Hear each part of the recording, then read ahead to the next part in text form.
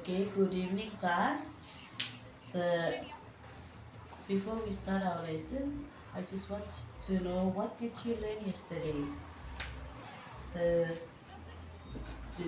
Yesterday we learned that set this one 3 minus 2i. Can anyone tell me which number represents the imaginary part? Very good. The term 2 represents the imaginary part.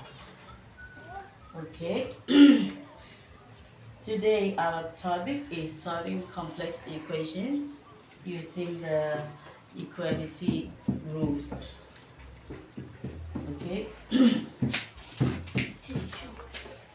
Before we move on,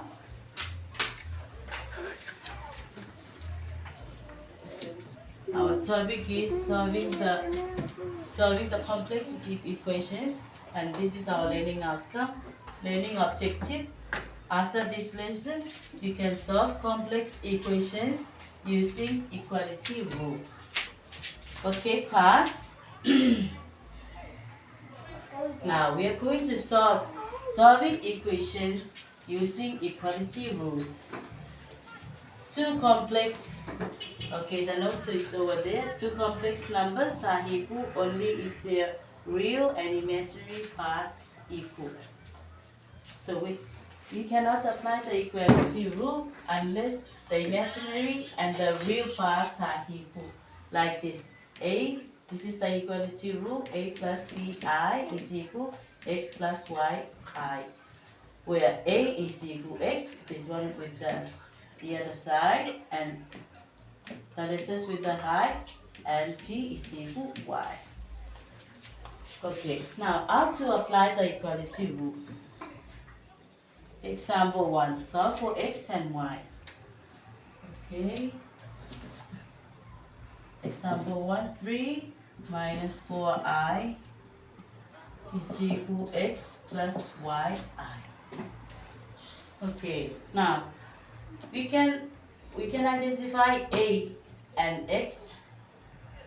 Okay. A is the constant, or the number with no I beside it, and the p is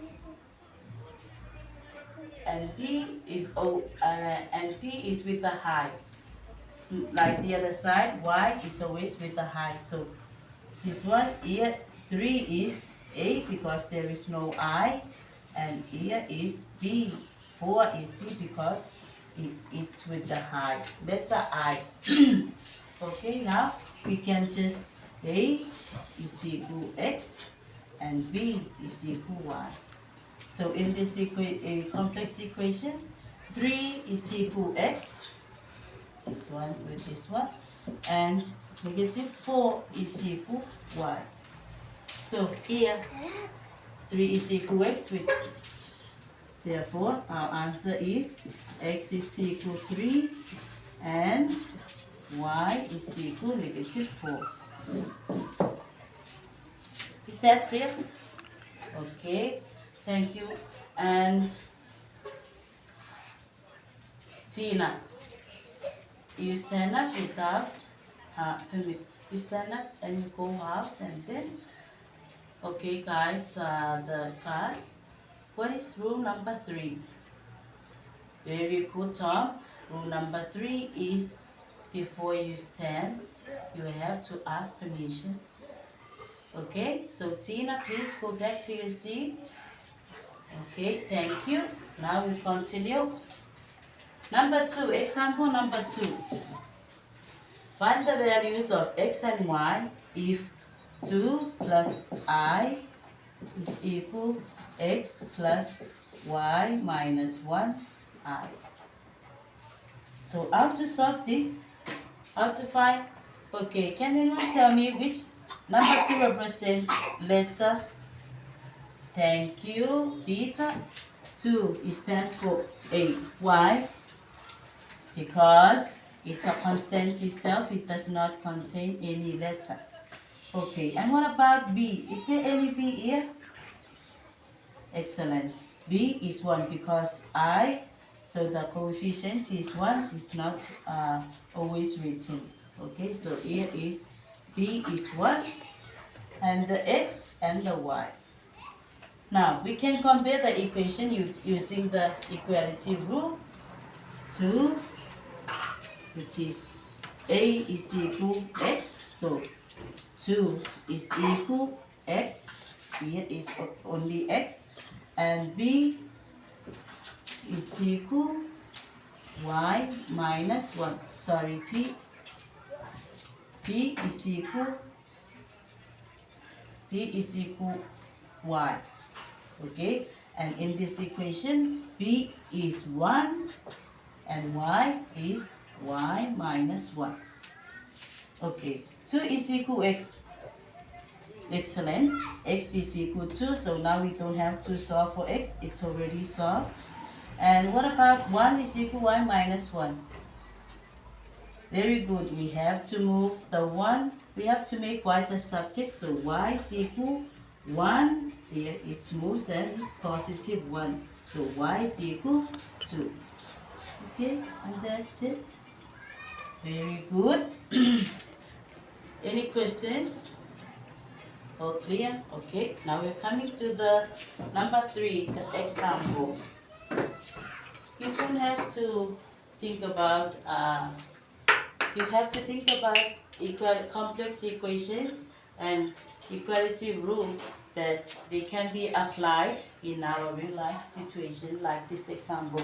Number 3, a ship's movement can be represented by a complex where the real part is the distance. The real part that we already know, the real part yesterday here. Real part is the distance is, and the imaginary part is the distance.